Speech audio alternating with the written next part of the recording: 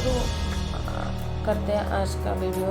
और हम आज देवदासी प्रथा के बारे में बात करने वाले हैं। वो हम खासकर ये दक्षिण भारत में मनाया जाने वाला एक प्रथा है। शुरू में देवदासी प्रथा का उद्देश्य अलग था। ये माना जाता था कि इसकी शुरुआत गुप्ता काल में हुआ है। तब देवदासी को समाज में बहुत सम्मान मिलता था। उन्हें मंदिरों और देवताओं को समर्पित किया गया था।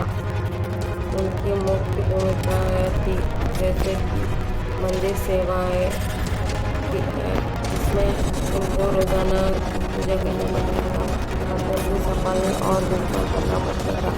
और दूसरा कला प्रदर्शन, वो भरतनाट्यम, ओडिसी जैसे शास्त्रीय नृत्य और संगीत में निपुण होती थी। उनका कला प्रदर्शन मंदिर की पूजा और उत्सवों का एक महत्वपूर्ण हिस्सा था। वे कला और संस्कृति के रक्षक माना जाते थे और देवता से उनका विवाह होता था। देवता से विवाहित होने के कारण उन्हें शुभ यानी ऑस्पेशियस माना जाता था और उन्हें शादियों और अन्य महत्वपूर्ण समारोहों में आशीर्वाद देने के लिए बुलाया जाता था। कई देवदासी धार्मिक ग्रंथों, संगीत, नृत्य और साहित्य में अच्छी जानकारी रखती थी।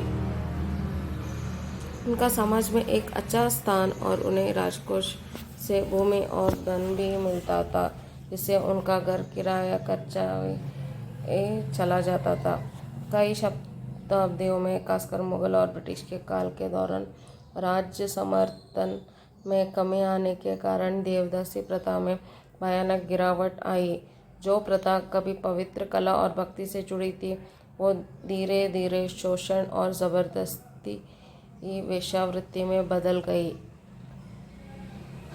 जब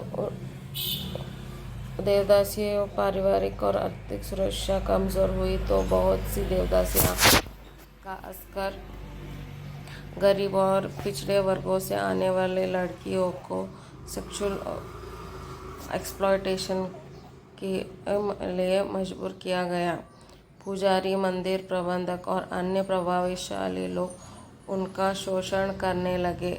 समर्पित करने की रस्म, जो पहले प्रतीक यानी कि सिंबॉलिक माना गया था, अब वो कंपलसरी होने लगी। उनकी जो एक सामाजिक स्थिति थी वो भी बिल्कुल ख़त्म हो गई और उन्हें वेश्यावृत्ति से जोड़ा जाने लगा, जिससे उन पर गहरा सामाजिक कलंक यानी सोशल स्टिग्मा लग गया। उनके बच्चे, जिसका अक्सर कोई पिता नहीं होता था, उन्हें भी समाज में भेदभाव और कठिनाइयों को सामना करना पड़ा।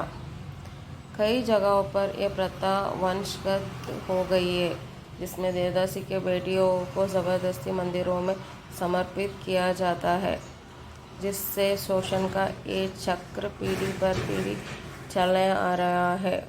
देवदासी सिस्टम में होने वाला ह्यूमन राइट वायलेशंस को देखते हुए इसे ख़त्म करने के लिए प्रयास किया है।